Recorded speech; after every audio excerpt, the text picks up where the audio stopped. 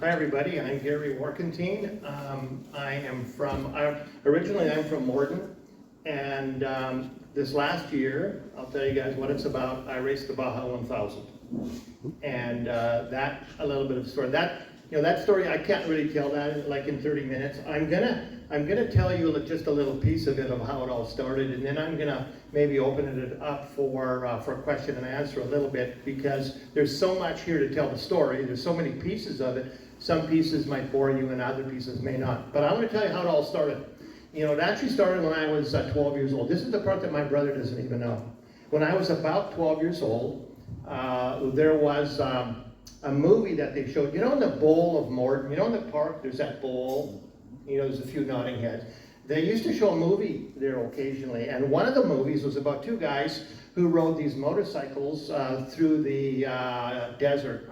I'm thinking Sahara, but I don't know. Through desert anyway, and they almost died. And I have been trying to almost die in the desert ever since. I was enthralled with that. I was absolutely, my mouth was down, and I have thought about that a whole bunch ever since. By the time I hit my early teens, we were getting into motorcycles, and I did the whole racing thing for a number of years, but it never left me. It was really kind of, always racing motocross was always a kind of a little bit of a cheap imitation to the desert. I always had I always watched it. Back then, you didn't have the internet and stuff, so you couldn't really follow the Baja 1000, and they always build it as, the toughest race in the world, the longest this, and the toughest. Well, everybody says that about everything they do. So I never bought anybody else, but I bought their story. Then, when my kids were coming along and they had some dirt bikes and stuff too, in 2005, my wife, Lisa, she gave me the go-ahead that I could race the Baja 1000. And I was excited. I had been researching it. By then we had the inner tube. So I'm on the inner tube researching it. And I found a bike builder in San Diego who was going to build me a bike. It's going to be $20,000 US. All I had to do was bring him a brand new XR 650 and then another $20,000 US, and that thing was going to be ready to race the Baja 1000. But here's the thing about it. He convinced me not to. His best friend had just died racing the Baja 1000. He had been clipped by a drunk Mexican, I think is what he said. And so he had died. And back then it was super, super dangerous. You had people shooting at you. You had intoxicated people, because the race itself is in the Baja Peninsula. I'm not sure how many of you know, but I'll just tell you very, very briefly. Baja Peninsula is actually just anything south of San Diego, that whole peninsula there. So you got Baja California is what they call it, and that's where they race it. That's where Score International is, which is the racing body for the Baja 1000, and that's kind of where it's raced. So it was super dangerous back then. They also had a lot of locals will dig little hidden surprises for you back then. It actually still goes on today, and I almost got caught up in one of those too, but that's why, so in essence, like I had this idea. So it was too dangerous. My kids were about 10 years old, and my wife convinced me. I made the mistake of telling her a few too many stories. You got to monitor that. And I didn't monitor that good enough. I wasn't, anyway. So she said, better not, for the little kids that I had, for them to lose their dad. So, but I'd already bought a motorhome at the time. I had a motorhome, I had a trailer. I was getting myself set up. That's what I wanted to do. So we used that, to race motocross a little. We did that, but it never really left me. Then fast forward to a few years ago, and there was a really big change in motorcycles. Back then you had to build a bike. You had to build a bike because the bikes would break down, and they weren't really built. They're built for the desert. KTM comes out and builds a race-ready bike. And I read this in the magazine, the XCFW, which is essentially, W stands for a wide ratio gearbox, and they have everything really out of the box, ready to race the Baja 1000, or the Baja 250, or the 400, or the 500.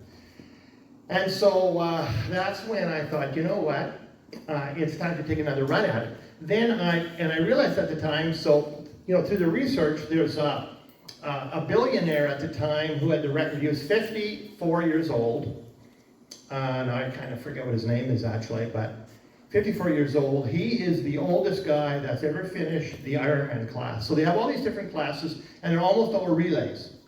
And what draws the big money and the big everyone is there to watch the trophy trucks. That's what the television cameras, everything is about. If you guys have never seen a trophy truck go through the desert at 100 miles an hour, and I'm not talking about going 50 miles an hour, but it looks like 100. No, I'm talking about it looks like 250 miles an hour, but they're only doing 100 miles an hour, right? And with 32 inches of suspension, it's a pretty amazing thing. So that's really what it's about. And they allow the motorcycles and etc. There's like, there's a ton of classes. And so that's kind of what makes up the BAJA. But they have one class. So there's one class called the Ironman class. And the Ironman class is the only class where it's a solo ride. So you're not relaying with anybody. And the relay is typically between about 3 and about 5 people. That's what all the other classes are, the Pro Moto class, etc. But the Ironman class, you can go any class, so any age, any motorcycle, whatever you want. Whatever you want to bring, and so that's the class I wanted to enter. But the record at the time was this 54-year-old guy. It took him 3 times to be able to do it, and he finally did it because the normal age for someone to do, to Ironman it is about kind of 25 years, maybe 25 to 30 years, somewhere kind of in there. And these guys train for, some of them years, I mean, they're ripped beyond belief. And so I was double their age at 63 years old, but I wanted to, so that's what I was chasing. So that's kind of why I did it. I wanted to chase that, and I thought, there was like 1 in a million chance for you to make it. Partly because, there's almost no knowledge about racing the BAJA up here, like almost nothing at all. And any information that you get to race that, it comes from the people in those circles. But unless you're actually talking to someone who's actually done it, the information that you get is almost worthless. Because so you end up, and which is what I did, ended up majoring on the minors. So you build your motorcycle and you do all these things, but you don't do some of the things that you need to. And so there wasn't really much of a chance of me finishing it, but I did learn an absolutely lot. I certainly learned a lot about my body, and I just wanted to. It was a remarkable thing to be able to see, to be able to prepare yourself for that. And so the preparation for that, I lost a little over 40 pounds, and essentially bought a new, one of these new KTM race bikes I was telling you about. It's a desert race bike. So I'm looking for one of these desert race bikes. And I'm looking around and I go, okay, I'm going to probably have to drive to Calgary. Calgary is about the closest place that you can find one of these bikes because they're just not around every day. And then I'm looking on the KTM, on a few dealers, and I'm Googling it, and I find one in Brandon.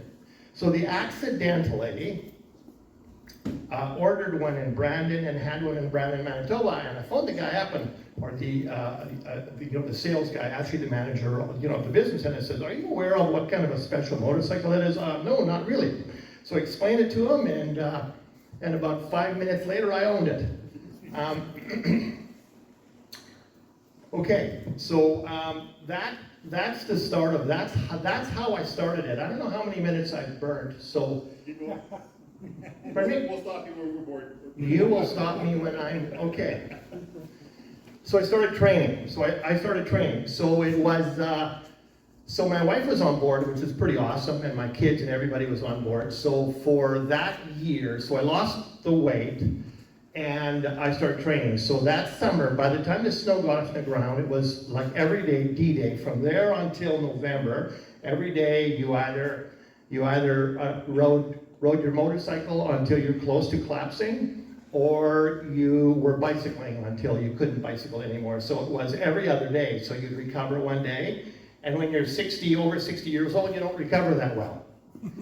But it was awesome to be able to prepare myself for that. It was a time that I will kind of never forget. The other part about it is when the preparation for it was the kind of the emotional, or I would say, the spiritual side of it. I don't know how many of you guys are spiritual guys, but when you prepare yourself and you don't really know what you're getting into, because the race, by the way, so it's 1,000 miles, and they vary the racetrack, so they vary it between about 850 miles and 1,300 miles. It's actually not exactly 1,000 miles. They vary it. So the one that I did was a loop, and that's the one I wanted to do because it used to be from Ensenada all the way down to La Paz. I don't know if anybody knows where that is, all the way down to the bottom of it. But then it was getting so expensive for all the chase vehicles that they needed, so they started making them loops so that it wasn't so expensive to race it. And so I wanted to race the loop because it would be less expensive and I would only need one chase crew then. A chase crew is what the guys chasing you, that's what they call you, like your chase team. And so that's kind of what I did. Mine was 850 miles. So 867 I believe was what. But when they make it shorter, they're making it so that they're trying to get you not to be able to finish. To have a 63-year-old guy finish it would be a slap in the face to the race director who's actually created the course. And I actually spoke to him after. So the actual racetrack isn't like a closed course like most of us think of a racetrack. It isn't anything like that. It is, they're trying to get you to fail. So you're going over mountains, and you're going over sand, but it's all as sketchy as you can possibly imagine. So when I mean you're going through mountains, I mean you're going through mountains with sheer drops, and you're racing through that. You're racing also through something called a silt pit. We don't know what silt is. Even if, some of you guys grew up on a farm, and unless you are from the deep south somewhere, you don't know what a silt is. Silt is essentially quicksand, but without the water, and so it can be super, super deep. And so they'll run you through all these silt pockets, trying to find different ways for you to be able to quit. Because on average, for the people that have Ironmanned it since the beginning of time, since I don't know how far back, 47% of the people, only 40% of the people make it. So if you're 30 years old and you're absolutely ripped, like and you've been training for a year, only 47% of those people finish. So it was, when I pulled up to the line, the race director's laughing to himself because he told me, guys like you, he said, will only make it 200 miles. He said, when I did over 400, but that's another, like I think I could have gone further, which is why I want to go back and actually finish it. But his goal was to keep guys like me completely off of it. I mean, it would be an absolute slap in his face. So I'm hoping to slap him in the face is what I'm hoping to do. That's why I want to go back next year. So they create all these silt pockets, and then they put something called a VCP, a virtual check stop, right in the middle of that silt pocket. So there's no way for you to go around it. There's no way, and if you miss a virtual check stop, they add 10 minutes to your time. So there's no way for you to avoid this. So he is trying to wreck he doesn't really care about motorcycles as much. What he cares about really is wrecking trophy trucks. So the trophy trucks are about $1 million US plus. That's what they cost. And the silt makes them overheat. So all these trucks are sitting there overheating because they overheat these things, and the race director is doing all of this just to make them fail. He is trying to take money out of the gringos' pockets and throw it away. And if you go down there, you'll see a lot of people with a lot of money that are throwing a lot of money away. That's the background. That's the background to the race. You guys all good? You want me to keep going? Stop? Keep going. Keep going. Okay. So I get training. So probably the most dangerous part of it for me was the training. Was all of the different. I had a trainer and a guy that would ride with me. And so we would ride a whole bunch of times a week, and we would ride, often 5 hours, and sometimes even up to 8 hours we would ride. But what I had to do in order to get ready for it was to be able to change my whole riding style. So I had to get my riding style down as perfect as possible. The reason why is because you cramp up so easy. In the end, I failed because I cramped up the bottom of my legs and everything absolutely, because I stood on the motorcycle racing, because basically stand is fast, sit is slow.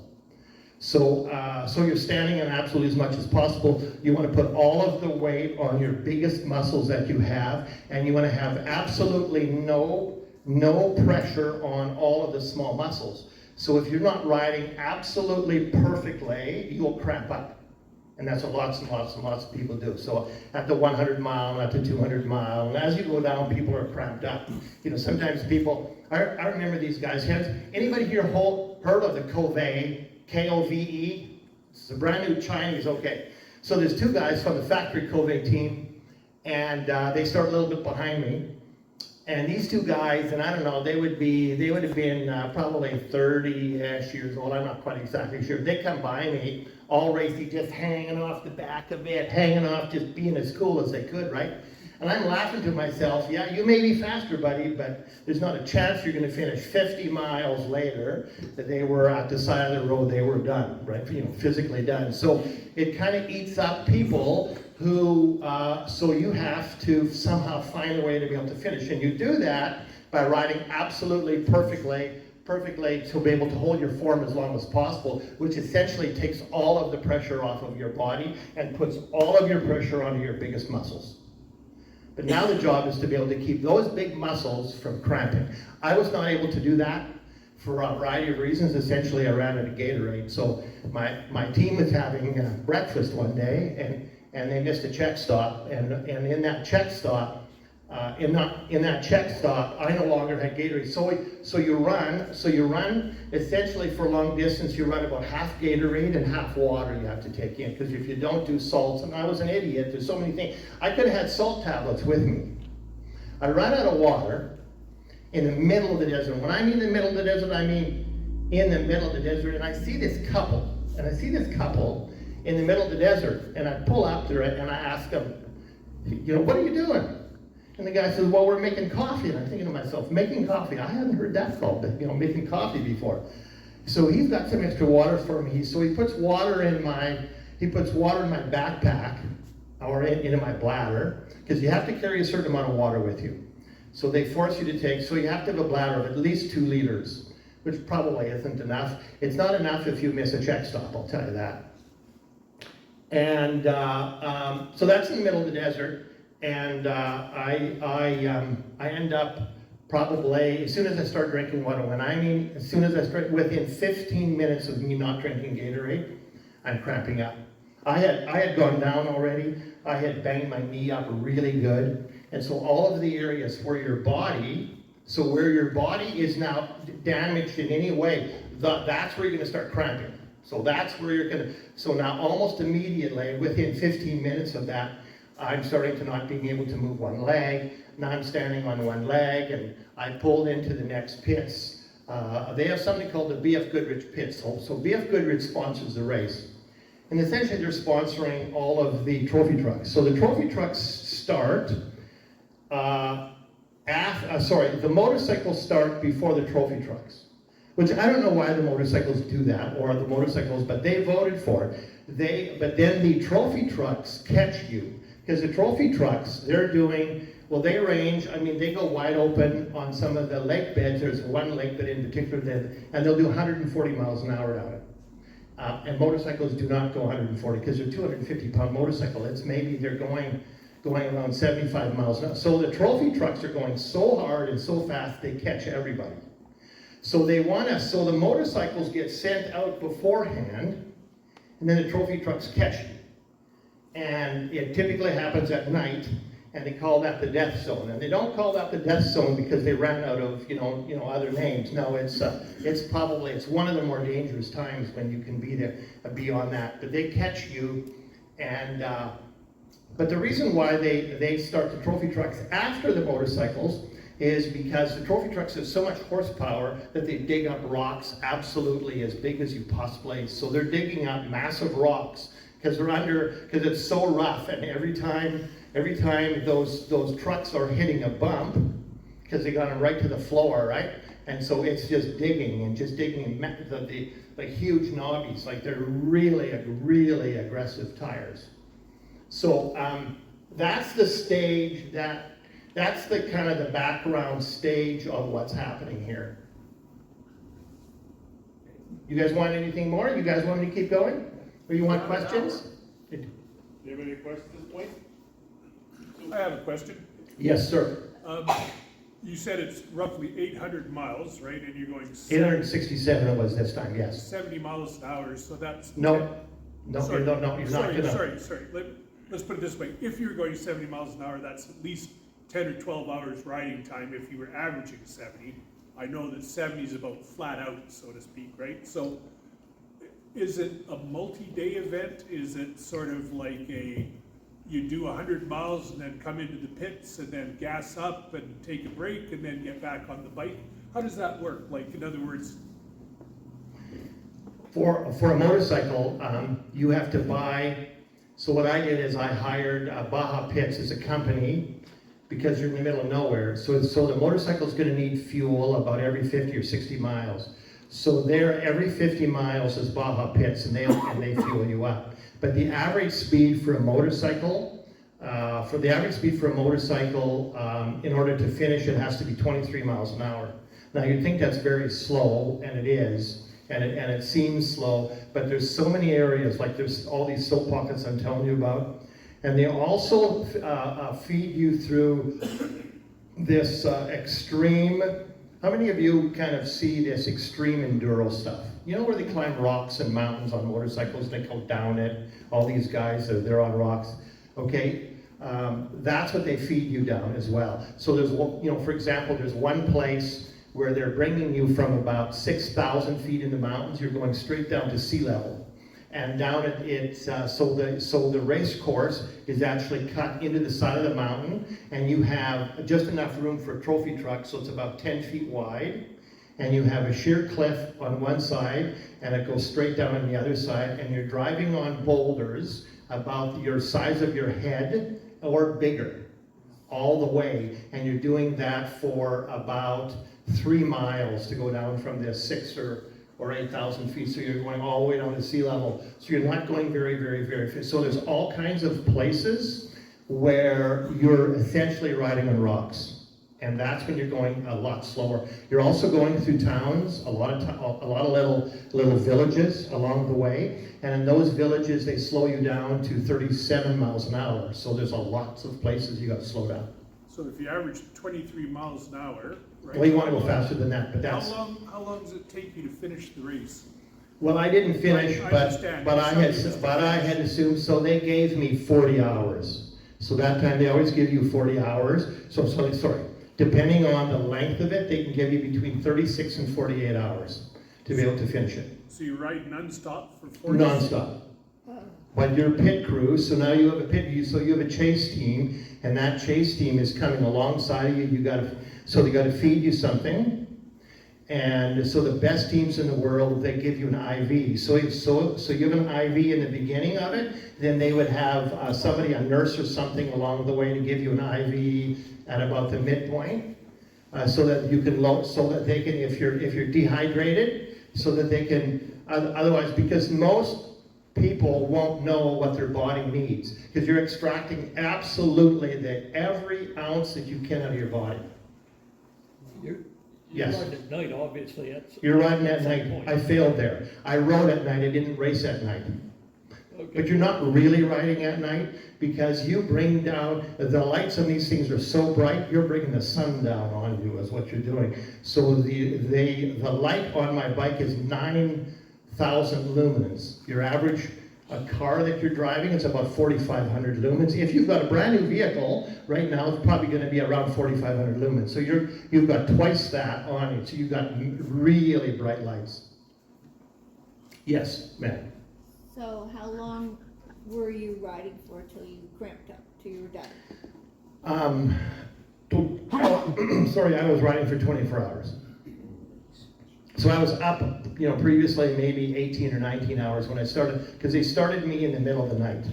Everything is so that the trophy trucks can start for the cameras. So they started us, I started at 2 a.m. in the morning. So I started at 2 a.m. in the middle of the night. And for the first 100 miles, it's just sketchy, mountainous roads. that you go a little too fast and well, you know. And so sometimes I think my greatest accomplishment was staying out of a Mexican hospital. Or jail. Or jail. That happens too, actually. So when you dropped the bike or when you end up stopping, were you near someplace or were you far away from something? Or? No, it was my chase crew. I mean, they're kind of the ones who, I mean, I had my navigation ripped off of me. I was soaking wet. So my bottom of my, so what had happened is that I cramped up. Okay. And I knew it was cramping up. I couldn't stop it. I was stopping these pits, you know, the BF Goodrich pits, and they fed me everything. I had, you know, all the things that you need, Gatorade, etc. I left there feeling like an absolute $1 million, absolutely pinned it. I pinned it from there 15 minutes later. I'm crapping so bad I can't. So you start riding, so it's my left. I was banged up pretty good, but that's another story. I was standing so much that, and you wear shin pads, the shin pads fell down. So they fell down, so they weren't on my knee. And you run a steering stabilizer. I'm telling you some of the things where I feel. So you run a stabilizer for high speeds, so that when you hit a rock at 70 miles an hour, that it doesn't, you don't go ass over tea kettle and you don't die out in the desert, which would probably be a bad thing. But for some of the slow areas, you got to turn that damper down to nothing. So you don't want a damper on slow rocky areas. You know the boulder size stuff that I was telling you before. You don't want a damper there. But I couldn't remember. I totally forgot about my damper. So so on some of the slow areas, I should have had a little note for myself. Where's your damper set at? Because the damper, so a steering damper, it doesn't allow you to turn as quickly. So if you're in small, you're going slow on the rocky terrain, then you don't want that. And I kept falling over, and I kept thinking to myself, why? It feels like I don't even know how to ride a motorcycle. Like, what's happening? And I could never pinpoint that. I could never pinpoint that. And then after I cramped up, so now I'm racing on one leg. I'm on one leg, and then in the end of it, I couldn't shift anymore. My feet, you're yelling at your feet to shift. You're yelling at them, and they just kind of respond back and give you the finger. And then in the end of it, I'm sitting, and basically it's not working. It's not working. I'm driving and I'm leaning forward and shifting with my foot, with my hand, because your feet won't work anymore. So what you've got to. Yeah, my next time around, I've got to keep that from happening. Yes, sir. Does anybody still ride, like when I first heard about those races when I was a young guy, you'd hear about old Triumphs, desert sleds, right? The 650s, that sort of thing. Is there a class for antique bikes or for vintage desert sleds? They have, one of the classes that's been resurrected now is the vintage VW bug. Okay. So you see these little bugs and they're going really slow, and I don't really know, because there's a sportsman class as well. So I didn't do the sportsman. Some would say sportsman class is a little bit shorter, but I did the pro moto side. I wanted to do the whole thing. I didn't need, at the time I thought to myself, I don't need a slap in the back that says, well, hey, you finished the sportsman, good for you. I wanted to finish the big dog kind of thing. But there is that, and they run it in that sportsman class, and it kind of looks like a lot of fun for about 3 or 4 minutes. But I've seen them, and they're bouncing down the thing. Just imagine. I mean, my back hurts thinking about it. With your bike after the event, how worn out is the bike? Like when you say you're going back, would you be buying a new bike or would you be? I've already bought a new one. You're divorced now, or? No. Sorry, what's that? The motorcycles have come a long way. So maybe 15 years ago that would be a different story, but right now the motorcycle is not your lowest common denominator. The motorcycles easily handle it, easily do it. You change filters. There's a few small things that the KTM needs, but basically you change oil during it, you change the air filter. You probably don't even have to tighten the chain on it. So most of the issues that you're gonna have are tire-wise. So they run a mousse. Anybody know what a mousse is? Yeah. A mousse is essentially, they take little balls of nitrogen and you make it look like a tube and you jam it into there, and then you'll never have an issue with flats. And the other really, really, really cool thing is it doesn't, when you hit a normal motorcycle on a dirt bike or anything and you hit something sharp, guess what, or not sharp, sharp or anything, you hit a rock or anything, it bounces, doesn't it? It just kind of bounces off of it, and that'll slow you down. Once you put a mousse in it, it absorbs it. So you're typically, that's one of the things where I failed on it. It took me a while to realize there's no bounce coming back. So if you can hit a rock at 30 and be fine, with a regular thing, you can now hit it at 70. So you don't have to worry about rocks. You just hold the thing wide open and just across you go. So a learning curve, sir.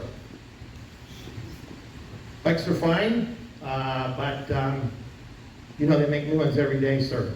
Did you have to push the bike out when you got, or you were somebody came and got it? I had a chase team with me, yeah.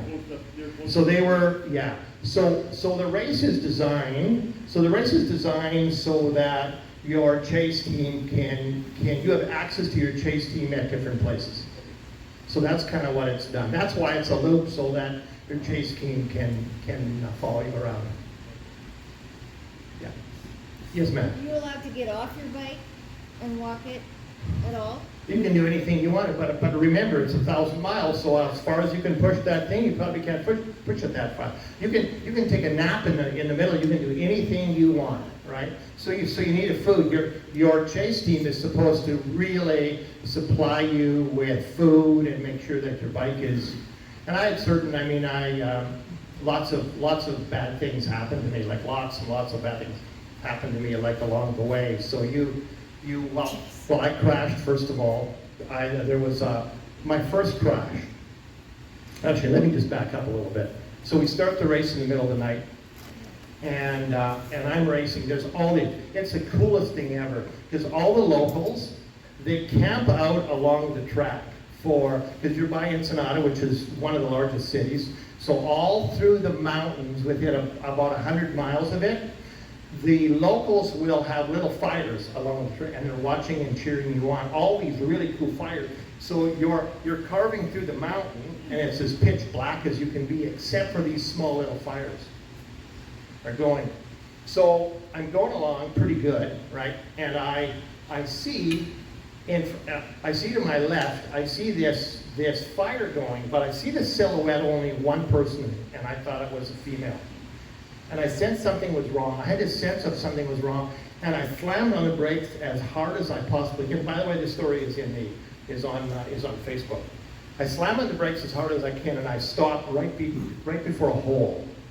I don't know and then there's a guy behind me. As I stopped, there's a guy behind me that flashes a picture, or that flashes his camera. So he was trying to take a picture of me by me crashing in the hole. So that's the kind of thing. I don't know if he dug the hole, but I went around and I went, not today, sir, right? And so I thank God for that, because that certainly wasn't my intelligence, that kept me from it. Another time, so the locals aren't necessarily there. Most of them are there to help you, but not all of them. So as we approach the morning, so the dusk is setting. So my first night. So through my first night, as we're getting into dusk, I'm maybe an hour from the ocean. I get to this really, really sketchy hill, like in front of me. And like when it rains in the Baja Peninsula, it rains hard, and you end up, all of the hills have got these massive ruts. These drainage, when water comes down. So I look at this hill, and it looks like no good path. And there's a Mexican local that's standing on the hill to my right. I'm standing there. And I'm looking over at him, because typically they tell you exactly where to go. Like, where's the best path? They didn't look like there was any good path. It looked like, well, I might not be able to make this hill, or where do I go? What do I do? Because right? This guy's not, and he's not going to help me out at all. And I'm looking at him, and I'm watching him, and I realize he's not going to help me. And I stood there looking at him, and he couldn't help himself. He quickly glanced exactly where I was gonna go. He glanced there, and I knew that's not the place to go. And so instinctively, I pointed the bike exactly at him, absolutely pinned it right up the hill, right at him, and he never moved. So I'm playing chicken with this local guy going up the hill, and I'm thinking, I'm gonna hit this guy. And he never moved. At the last minute, I just kind of veered around him. I veered around him, and I made it up the hill quite easily. But he was standing in the best line to go up, trying to keep me from going up the line. I kind of chuckled on top and said, not today, buddy. Your chase trucks, are they along with you? Are they doing the course along with you? No, yeah, they are, but they're on a highway.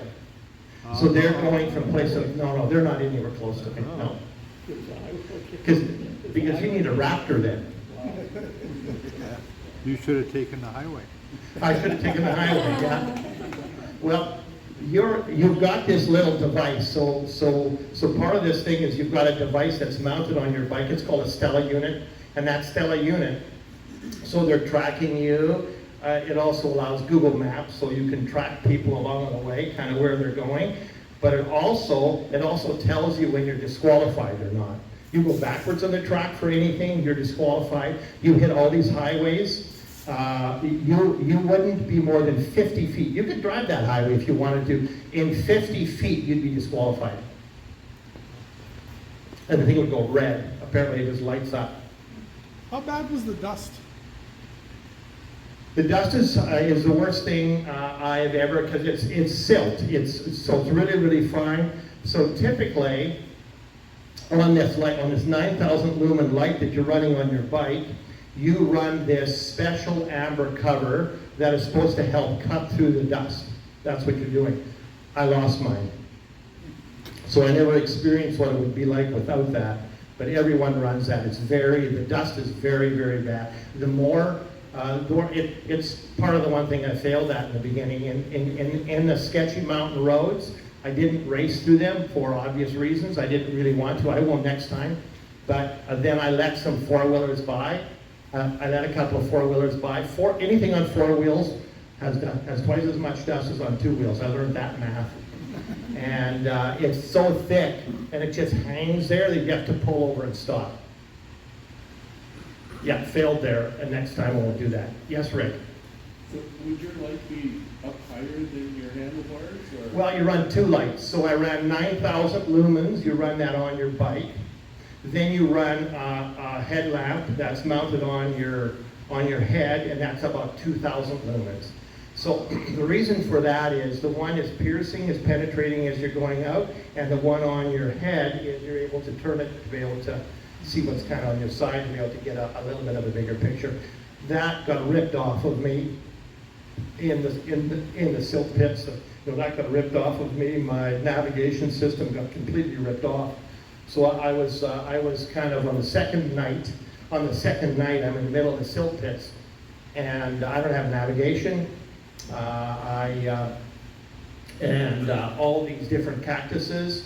I'm running my steering stabilizer, and I shouldn't have been running the steering stabilizer. So at slow speeds, I'm actually falling down. I'm now falling down. I fell about 5 times into a cactus. Oh, yay. So does anybody know what cactus is? I mean, cactus is, so, and it was pitch dark. I remember my hand going in the cactus so that I couldn't even lift my bike up. So I had to lift it up with my other arm. And once I got up, because now my headlight's gone, so my headlight is gone. The only light I've got is in front. So I would lick my hand to figure out where the barbs were, and then I would pull them all out. And then I had them all the way down my arm, and I decided those I would leave in. They were all on my, from about here to down to my knee. They were covering, well, I shouldn't say covering, but there were many. I was picking those things out for weeks after that. Wow. You lost most of your equipment during crashes, probably. Yeah, some of it, but I got close to Shake it. off or what? Maybe, but No, not shake off, no.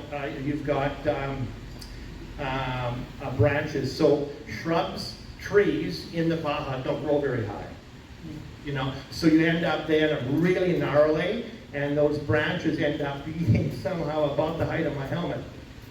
And so at about the height of it, so it was branches, so, okay, I'll tell you very, very What quick. were it going back for, or? Okay, so I had my, okay, on one of these, I'll tell you the story of one of these. So on my navigation, so I'm sitting in a silt pit. The silt pits are so deep. I'm not going very fast in the silt pit. Suddenly, I get my Stella unit is literally lighting on fire because there's a big triangle, and that triangle tells me there's a trophy truck company, and he's 400 meters behind me, 0.4 of a kilometer.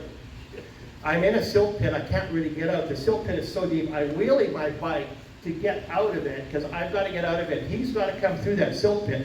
And in that silt pit at times, I would be in it maybe that deep, and you'd lay the bike on its side, and the trophy truck would come, and the wheels, you'd be using the same at the bottom like of the track, and the wheels of the trophy truck would push my bike wheels up. That's how close we were running. So as I try to get off of it, I am caught. A branch, because I'm trying to get off of it quick, a branch catches my navigation system, rips it right off, just rips it right off. I go, I need that, right? What speed are you going at, mate, in this silt pit? Like, what speed are you going at? In this The silt pit, you're going in first gear. So you're going, and it can be like a quarter mile of it. So you're going, because it's deep. Think flour and 2 feet of it. And this thing, man, it could rip off your... So no, there's trees overhanging. So now there's trees overhanging, and you're trying to go. It caught my my navigation system, my Garmin, my Garmin unit, ripped it off of there, and I'm thinking I need that thing. Maybe it's still working. But I'd already previously it had ripped my helmet cam off, and I was going to fix all of this. So you want to fix all of this? I can't fix it in the middle of the night. So I want to fix it at my truck or at my chase team. So now I've got no navigation system. I flip my bike around. As I'm doing so, I fall into a cactus pit, into a cactus. I get up. I finally get my bike around, and I point and I go, okay, my navigation system is in the silt pit. It's right about there. Right then a trophy truck comes right through it. Whoa, right through it, right? And I think, well, maybe there's a chance. There's another trophy truck right behind him. And I'm sitting there forlorn. I'm just, I've watched my best, my favorite dog just died. I've got my head hung pretty low. And then the third trophy truck came through it, and I said, yeah, I don't think there's any point in looking for that navigation system. So, you know what the trophy truck driver said? He said, watch this. Yes. I tip my hat to you. You're the toughest guy I've I met know. in a long time.